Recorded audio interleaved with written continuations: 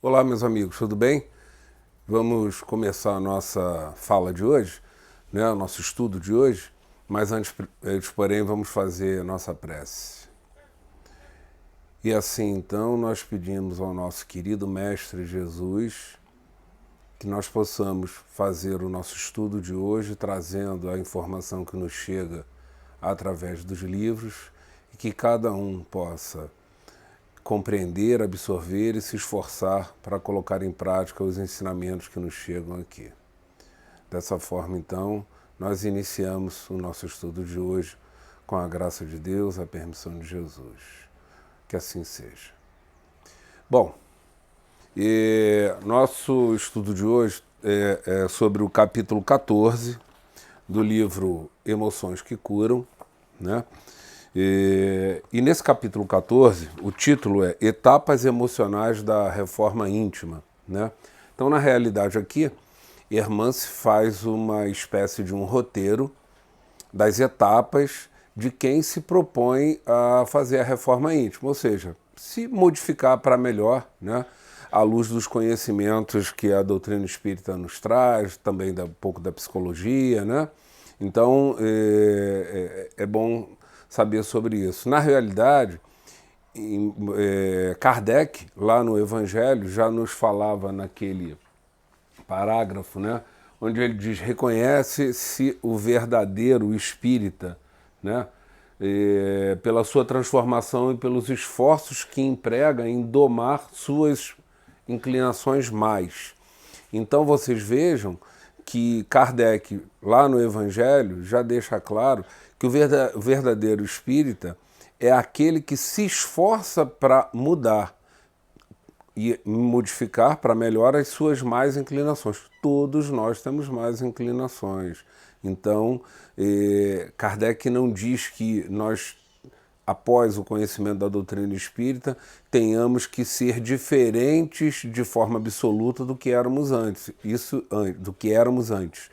não existe. Cada um de nós tem uma individualidade, tem uma história anterior das nossas outras encarnações e trazemos tendências, trazemos alguns valores bons e ruins, somos um conjunto de sentimentos e atitudes.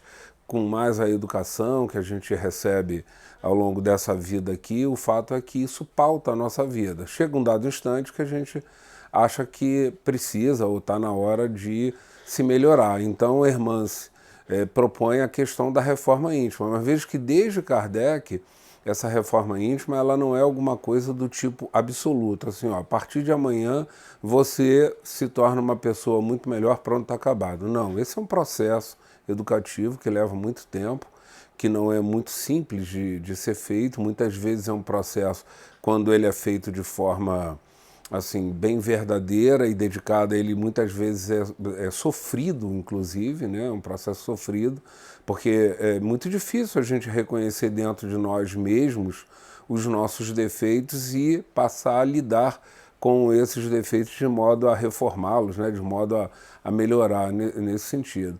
Então, a Hermance traz, na verdade, enquanto Kardec deixou esse parágrafo, né, a Hermance traz, assim, vamos dizer que ela detalha o processo de reforma íntima, obviamente para aqueles que querem fazer essa modificação, aproveitando melhor a sua encarnação. Então ela traz assim, um conhecimento de 6 fases que compõem essa reforma, né? Deixando claro exatamente isso. Primeiro, essas fases não acontecem absolutamente de forma igual para todas as pessoas. Por quê? Cada um de nós é uma pessoa, é um espírito que tem uma história, que tem um passado, que tem uma vivência, uma experiência, e como consequência, cada um de nós tem a sua própria individualidade e o seu caminho. Portanto, os resultados e assim também quanto os processos, eles podem não ser exatamente iguais. Esse roteiro dessas 6 fases é apenas assim o conjunto do que se observa no total, é apenas uma orientação e não uma determinação ou assim uma coisa que vai ser igual para todo mundo. É importante que, acima de tudo, a reforma íntima seja feita junto com o auto-amor e o auto-perdão. porque nós precisamos nos amar e precisamos nos perdoar, sabendo que não adianta ficar remoendo erros do passado. O que nós temos é que utilizar a nossa experiência do passado, que obviamente inclui erros, para que nós possamos nos modificar e tentar melhorar. E essa é uma tentativa que, pelo menos no momento evolutivo em que nós estamos, ela é uma tentativa que é constante. A partir do instante que a gente se propõe a se melhorar, essa melhora e essas tentativas, elas são constantes. Daí o auto-amor e o auto-perdão são fundamentais para que quando a gente se depare com a realidade que cada um tem, analisado por nós mesmos, né, a gente não desista, porque é muito comum as pessoas desistirem, né? Então, essa a situação. É uma ajuda que Hermance nos traz, traçando uma espécie de roteiro. Como o nosso tempo é curto, vamos dar uma olhada aqui nas partes importantes, né? Então, ela, como eu já coloquei sobre a reforma íntima, ela classifica 6 fases ou 6 etapas, né, que ocorrem coisas. A primeira etapa, ela intitula, isso está no capítulo 14 do livro Emoções que Curam, né? E na primeira etapa, ela intitula como projeção tóxica. Então, projeção é uma figura da psicologia em que ela estuda o fato da gente projetar ou enxergar no outro, no próximo, naquele que está ali, defeitos ou qualidades ou coisas, características que muitas vezes nós temos dificuldade de enxergar em nós mesmos, tá? Essa projeção é um processo natural do ser humano, tanto que a psicologia estuda bastante isso, todos nós fazemos isso, e ela tem a sua utilidade. Inicialmente, essa projeção ela é uma espécie de válvula de escape, de alívio, para que quando a gente resolve se autoanalisar e iniciar o processo de reforma íntima, essa projeção acaba sendo uma espécie, assim, indiretamente, inconscientemente, uma espécie de aliviador para os problemas que são nossos também. Ou seja, quando a gente enxerga no próximo, não é que a gente seja ruim e está enxergando, tá falando, aquele famoso ditado que diz assim, o roto falando do esfarrapado, quer dizer, uma pessoa cheia de defeito classificando, chamando a atenção do defeito do outro. Não, todos nós temos defeito. Esse processo de enxergar no outro, que se chama projeção, é uma maneira natural que a gente consegue olhar e aliviar um pouco o conteúdo desse reconhecimento. Quando a gente reconhece isso na gente, é sempre muito complicado, muito difícil, não é muito simples. Por isso essa projeção acaba sendo uma espécie de válvula de escape, de alívio. Agora, quando ela fala em projeção tóxica, é porque no início da nossa modificação, da nossa reforma, essa projeção é um auxílio, como eu acabei de falar. Mas se ela perdura, ou seja, se ela fica o tempo inteiro, ela acaba se tornando uma projeção tóxica, porque ela vai embotar, né? Ela vai travar o seu processo de reforma e você acaba ficando uma pessoa irritadíssima, uma pessoa que não se acha não capaz de fazer as modificações internas dentro de você mesmo, as suas modificações. Então, é por isso que ela se torna tóxica. E ela é muito comum no início, é a primeira etapa do processo de reforma íntima. A segunda etapa, ela chama de identificação das imperfeições. Na verdade, ela chama a atenção que é uma identificação nessa segunda etapa das imperfeições, mas de forma intelectual, de forma mental. Ou seja, a gente raciocina logicamente e aí diz assim, não, eu sou assim, eu sou desse ou daquele jeito, que não é legal e tal, eu preciso me modificar aqui e ali. E você pode até listar as tendências ou observações que nós fazemos dentro de nós de uma forma lógica, de uma forma intelectual. Pode até botar isso num papel e tal, alguma coisa assim dessa maneira. Essa é uma etapa muito importante desse reconhecimento, mas ela basicamente, ela ainda não é a própria, assim, não é ela que vai causar uma mudança. Por quê? Porque você está tratando aqueles problemas de reconhecimento de uma maneira intelectual ou lógica, de um raciocínio, e não ainda de um sentimento. Ela faz parte, é muito importante que a gente consiga ter essa relação de perceber o que não é legal dentro da gente, porque o primeiro passo para a solução de um problema é reconhecer que ele existe. Você não vai desenvolver a solução de um problema que ele não existe. Então, o primeiro problema é reconhecido. Bom, agora eu preciso pensar o que eu faço para resolver esse problema. Então, essa segunda fase, que é o reconhecimento intelectual ou lógico das nossas falhas ou problemas, ele é muito importante. Aí, então, surge uma terceira fase, né? Essa terceira fase é o reconhecimento emocional dessas imperfeições. E aí você começa a vivenciar essas coisas que você descobriu que não são muito boas em vocês, lidando já com a questão da emoção propriamente dita mesmo, né? Então, nós começamos nessa fase a olhar para dentro com mais intensidade, né? Mais do que o conhecimento, né? Além do conhecimento nessa etapa, o que importa é o que sentimos a respeito daquilo que nós sabemos de nós mesmos. Alia-se então agora um clima de dor psicológica muito intensa, chamada a dor do crescimento. É vivenciar aquelas coisas que não são muito boas dentro da gente, vivenciar com sentimento. Dói a gente reconhecer que a gente errou ou está errando, né? E por isso a gente precisa se melhorar, se reformar para melhorar.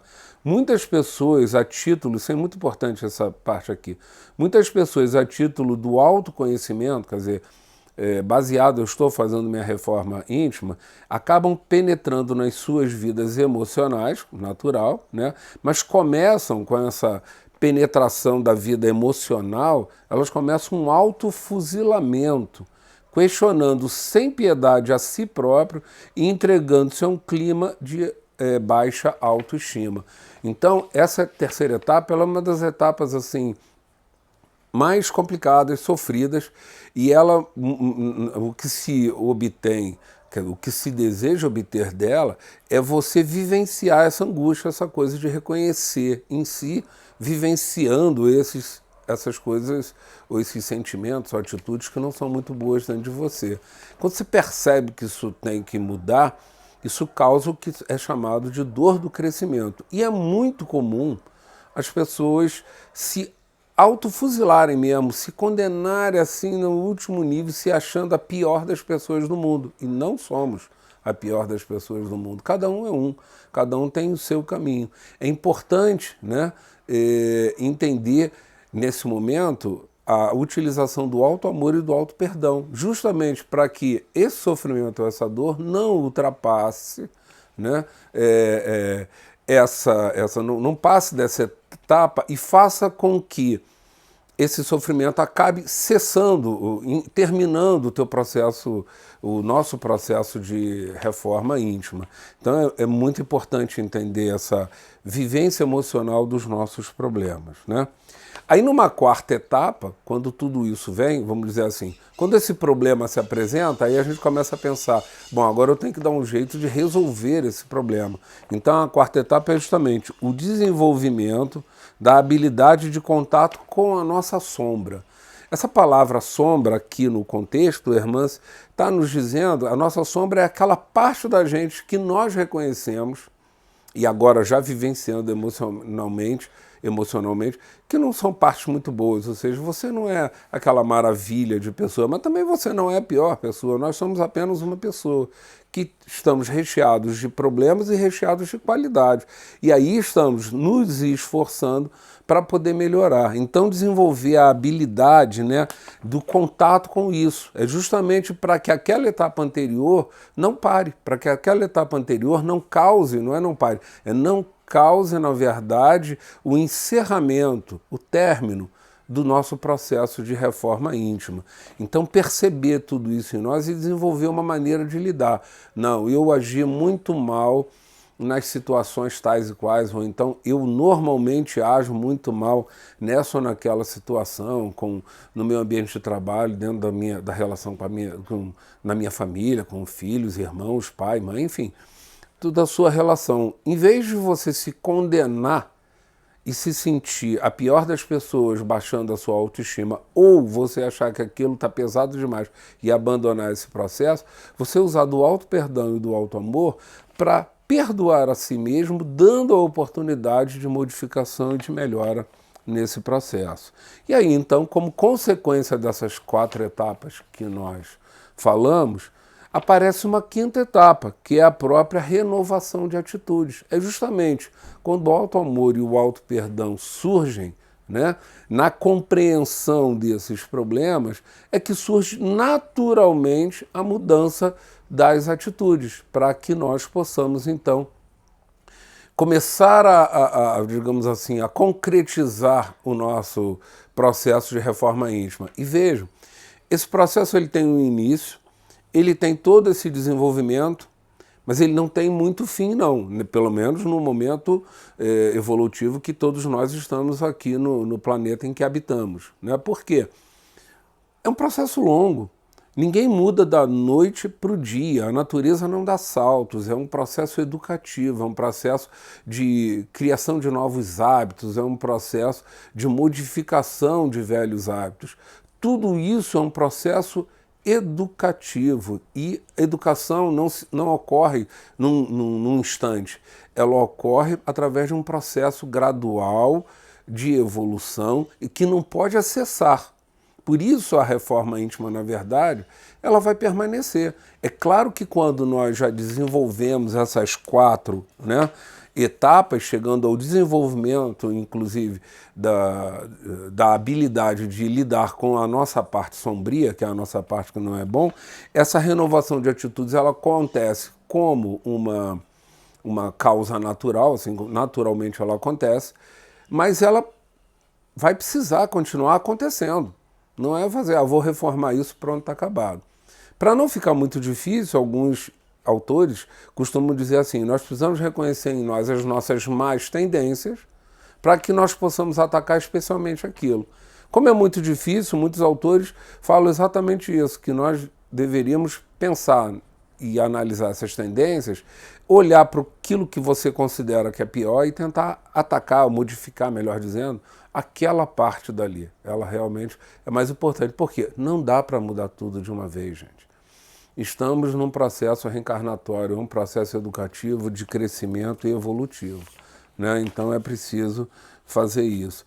E na 6ª etapa é entender a questão da singularidade ou a individualidade que todos nós temos. Cada um de nós tem uma história que é própria, que tem características das nossas encarnações anteriores, principalmente das últimas encarnações anteriores, e também características da nossa encarnação atual, porque a gente não veio ao mundo para passear pura e simplesmente, nós viemos para aprender, para evoluir.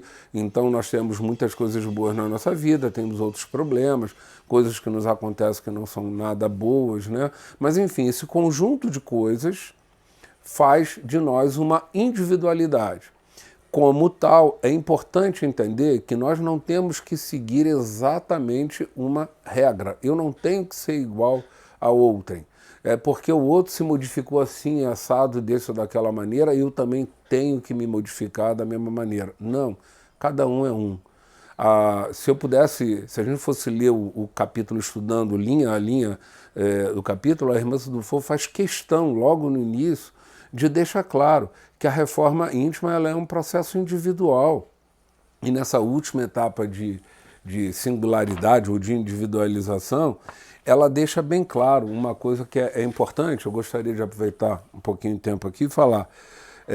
Jung, que é um famoso estudioso da psicologia, um psicólogo, diz assim, nenhuma circunstância exterior substitui a experiência interna de cada um de nós. E é só à luz dos acontecimentos internos que eu posso entender a mim mesmo. São esses acontecimentos que constituem a individualidade ou singularidade da minha vida. Né? E aí ele diz que o futuro, aí já é Hermance falando, né? O futuro acena para a singularidade humana e não para a cópia uns dos outros. O importante é florirmos como somos e onde fomos chamados. A gente ser quem é dentro do ambiente. Ninguém nasceu no lugar errado. Cada um está no melhor lugar possível para nosso desenvolvimento da nossa encarnação. Aí ela continua assim, quanto mais padrão houver, menos legitimidade vai existir. Quanto mais uniformidade nesse processo, menos criatividade. Quanto mais normas, menos autenticidade. Né? Singularidade é o coroamento da reforma íntima. é, por assim dizer, o seu grande objetivo, o grande objetivo da reforma íntima. Você desenvolver o seu ser, e é uma reforma que você tem que desenvolver, é sua, é particular.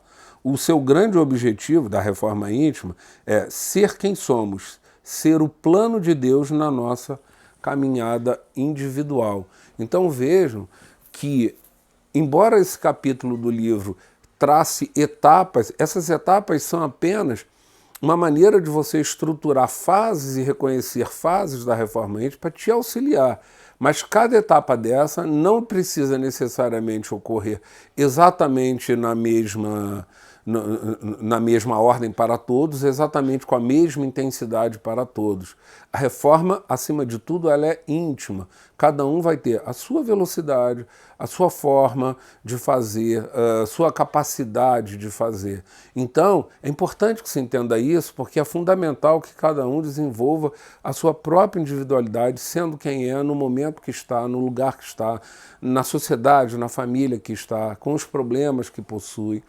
Né? Deus já nos trouxe essa condição da reencarnação que é adequada ao nosso desenvolvimento.